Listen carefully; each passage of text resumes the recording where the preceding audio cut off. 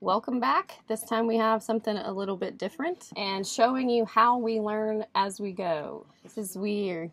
Don't know what we're doing. We're not sailing instructors.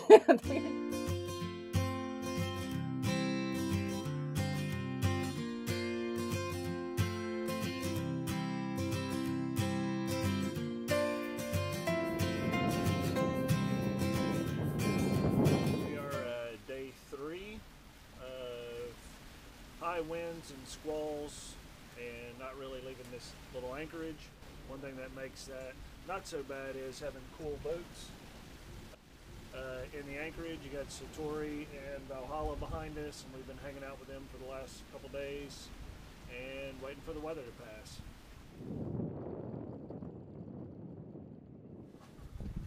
Today we're making our way from Bitter Guana south to probably Musha or Ruddercut Key, just trying to get closer to Georgetown. But we thought we would do a video on why choosing to sail in crappy weather. And the main reason we're doing it is just trying to get more experience with the boat, and we know that we're about to make some big passages where you're not going to have the option to pull into a safe harbor, and you really need to know what the boat does in squalls and high winds and what you're seeing on the radar. So the bank here is a really pretty safe place to do that, even though we're going to have high winds and rain. So we have chosen to head out today on purpose in not ideal weather, and we are typically only fair weather sailors. So why are we out in 25 to 30 knots and rain? We're getting ready to go to Dominican Republic. After we get to Georgetown, we'll be waiting on weather and we'll be hopping down to the Caribbean. We don't have a ton of experience in higher winds, so if we're going to go do this, this is the time to practice. The way we stow things has worked so far for the Gulf Stream crossing and just for regular day sails and overnights. Today we were hitting some higher gusts and knocking some stuff around. So I've been going around, particularly the nav station. Things just go flying. Sweet.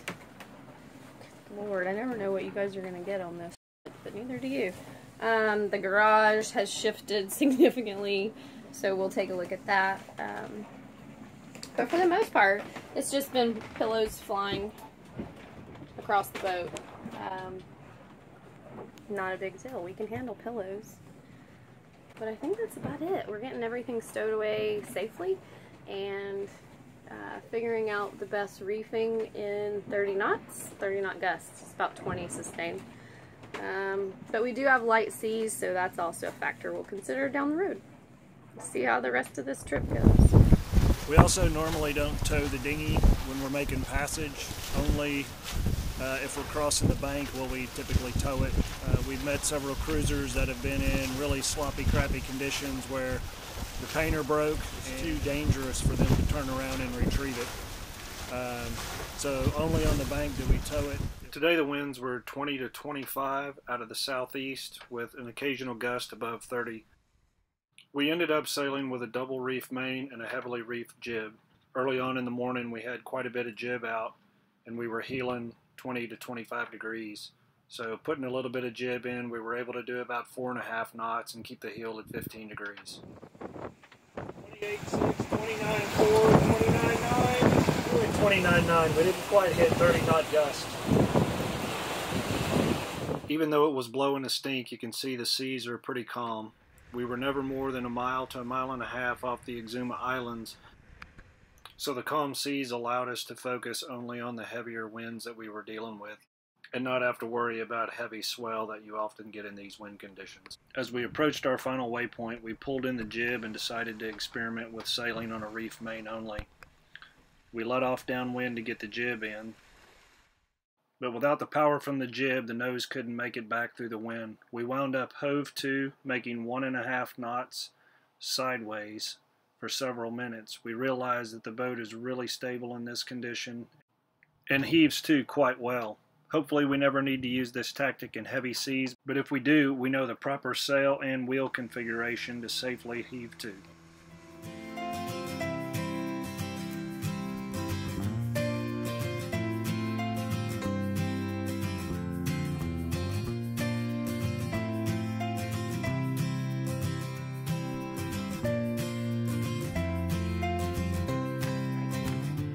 So there was not a single boat here when we got here yesterday, and we frequently shower right here. Boop! Really nice place to shower, actually. And when there's no boats, there's no swimsuits. We might have had somebody roll up right in the middle of showers, but for the most part we were alone here in this anchorage. It's pretty cool. David. And it's David Copperfield's island. And there's a cave. Now we are finishing coffee, and then we're gonna motivate. We'll head out the Rudder Key Inlet, which can be a little sketchy with wind against tide, but I think we're good. We may have to motor into Georgetown, and we may get to sail. All right, so the downside to having the dinghy up on deck in an anchorage is that I have to come up and kind of smush my way up here to try to get the anchor out. And then, just as every other time I do this, I have forgotten to get the remote out. Through the magic of television, we now have a remote.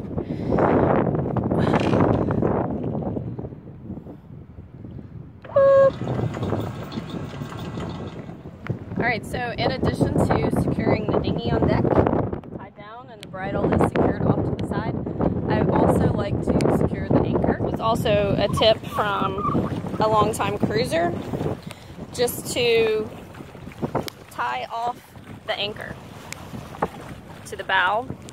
I don't expect us to be in any kind of seas that our anchor would fall down, but this again is just practice. We're just trying to prepare for that next big jump.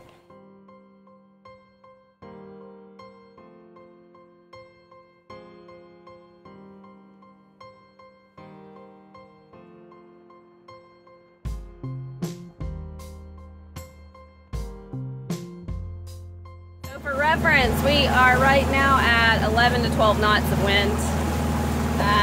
We're heeling 5 to 10 degrees, not very much.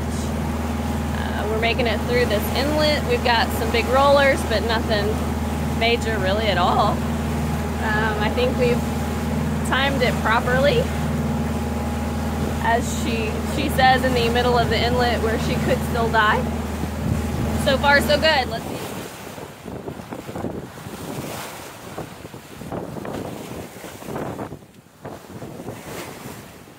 Directly into the wind. Why would we not choose to go on a day when we have favorable winds? That's because we're about to have about 5 days of winds out of the south. There's nowhere really for us to anchor where we're at that would be safe. So it would be safer for us to go ahead and get our butts to Georgetown where we have protection. All right, so yesterday we were sailing on the bank, and we mentioned that the seas stay pretty small over there, even in high winds. So we have much lower winds today, and we are on deep water.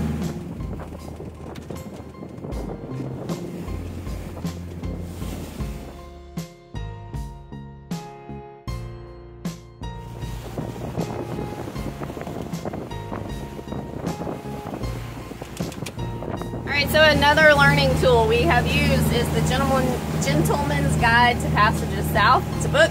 I'll put a link to it in the comments. So per his suggestions, we've gone from a 50-foot depth right off of land to the 2,000 feet of water that's only half a mile out. The waves have calmed down somewhat. They're bigger, but they're more spread out. The water has places to go versus crashing up onto a 50-foot shoal. And we are on our heading for Georgetown.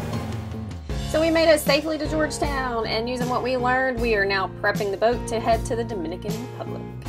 Thanks as always for watching. Don't forget to subscribe and comment. It really helps our channel, and hopefully we'll see you next time from the Dominican Republic. Cheers.